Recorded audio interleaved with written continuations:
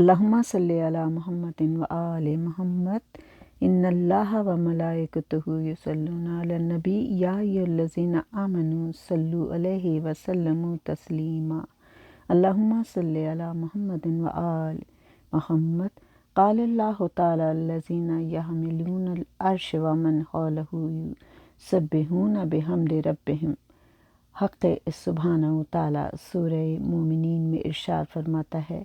وہ ملائکہ جو عرش کو اٹھائے ہیں اور وہ فرشتے جو گرد عرش کے ہمیشہ طواف کرتے ہیں، وہ سب اپنے خدا کی تسبیح و حمد میں مشغول ہیں۔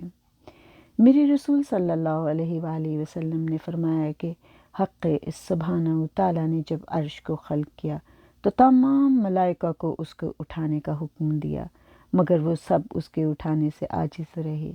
اس وقت جبرائیل علیہ السلام، میکائیل علیہ السلام، اسرافیل علیہ السلام کو حکم ہوا، تم سب عرش کو اس کے حاملان عرش کے کندھوں پہ رکھ دو۔ جبرائیل علیہ السلام نے ایک گوشے کو تھاما اور کہا سبحان اللہ،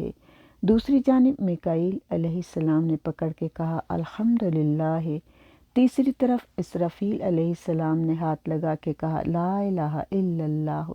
چوتھے کنارے پر عزرائیل علیہ السلام نے کہا اللہ اکبر اور عرش کو اٹھا کے حاملان عرش کے کندھے پر رکھ دیا۔ جب حاملان عرش کو گرانی عرش کی معلوم ہوئی تو انہوں نے کہا لا حول ولا قوت الا باللہ العلی العظیم،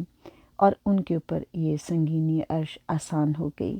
تو جو بندہ مومن ایک دفعہ یہ کلمہ کہے، یعنی سبحان اللہ والحمدللہ ولا الہ الا اللہ اللہ اکبر ولا حول ولا قوت الا باللہ العلی العظیم، اس کا ثواب حاملان عرش اور تمام ملائکہ اس بندے کے نامہ اعمال میں لکھا جاتا ہے، اور دنیا اور آخرت کی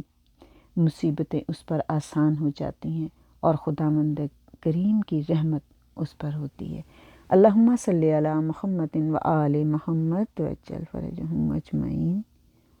بار الہ اس ذکر کے صدقے سے ہماری پریشانیوں کو دور کر دے اور ہمیں وہ مومن اور وہ مسلمان بنا دے جیسا کہ تو چاہتا ہے۔ جو بیمار ہیں ان کو صحت دے، جو بے اولاد ہیں ان کو اولاد عطا کر، جو مقروض ہیں ان کے قرض سے عطا کر، اور ہمارے گناہ کبیرہ و صغیرہ کو معاف کر دے۔ اللہم صلی علی محمد و آل محمد۔